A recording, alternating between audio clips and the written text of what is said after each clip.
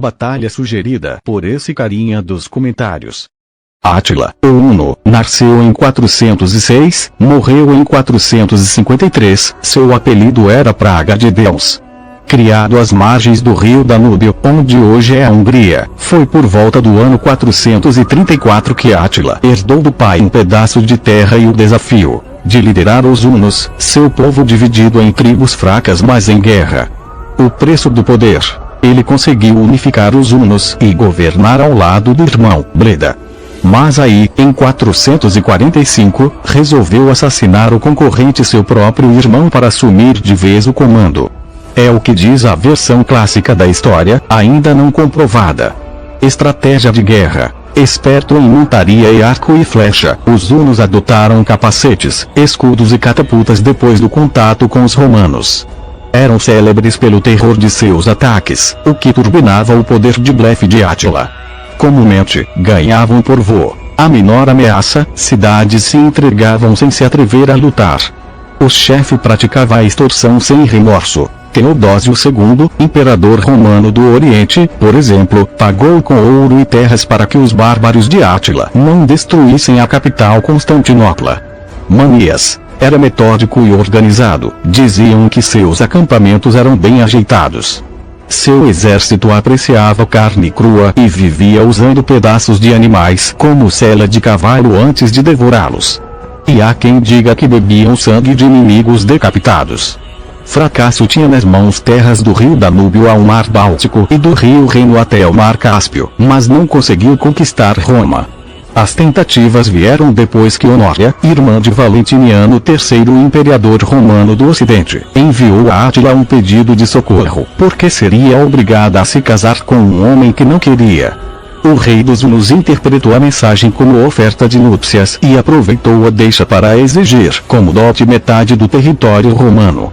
Resolveu ir cobrar à força esse dote devido, marchando em direção a Roma, mas fracassou na Batalha de Chalons, em 451, vale dizer que também não ganhou a moça. Gengis Khan o Mongol, nasceu em 1162, e morreu em 1227, quando nasceu, em 1162, às margens do rio Onon era chamado de Temujin.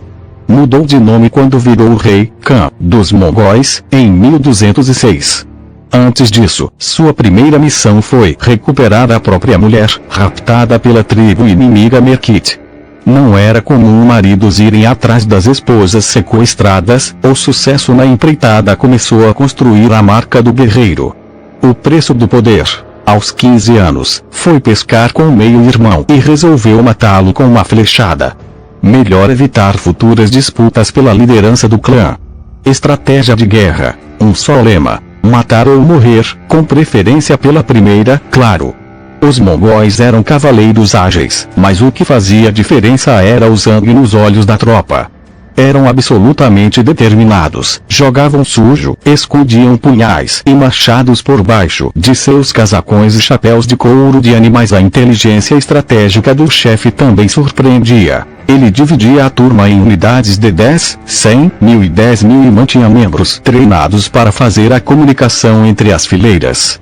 Manias. Quem machucasse os olhos de um cavalo, praticasse a sodomia, abandonasse um colega ferido ou se negasse a dividir comida era morto.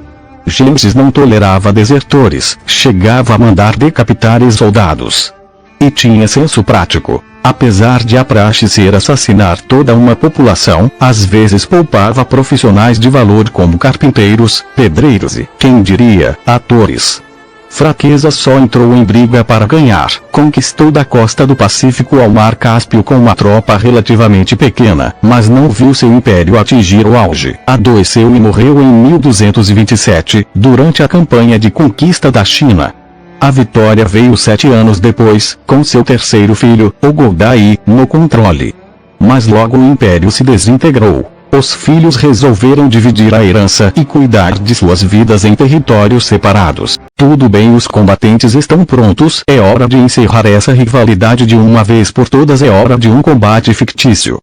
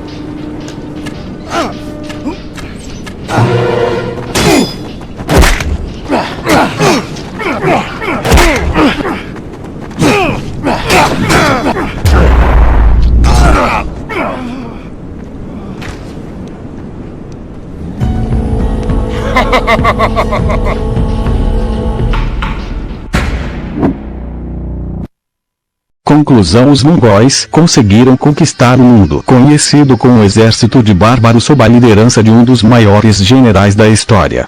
E eles fizeram isso muito rápido no grande esquema das coisas. E uma das teorias sobre os hunos ameaçando a Europa é que os Hurran, proto-mongóis que viviam de áreas mongóis, os expulsaram. Então, realmente, os hunos já perderam um combate contra mongóis.